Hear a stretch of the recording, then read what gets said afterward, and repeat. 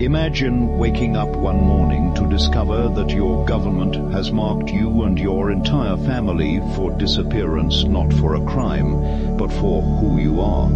That was the terrifying reality for Armenians in 1915. The Armenian genocide began during World War I, under the rule of the Ottoman Empire.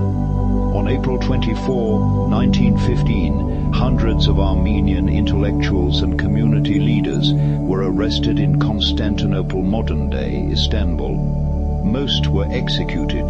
That date is now remembered as the start of a systematic campaign to eliminate the Armenian population. Ottoman authorities accused Armenians, who were mostly Christian, of sympathizing with Russia, a wartime enemy. But what followed went far beyond suspicion.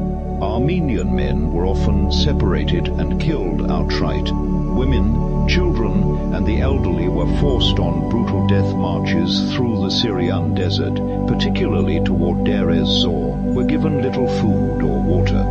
Many died from starvation, disease, exposure, or outright massacre along the way. Entire villages were emptied. Families were torn apart. Churches were destroyed.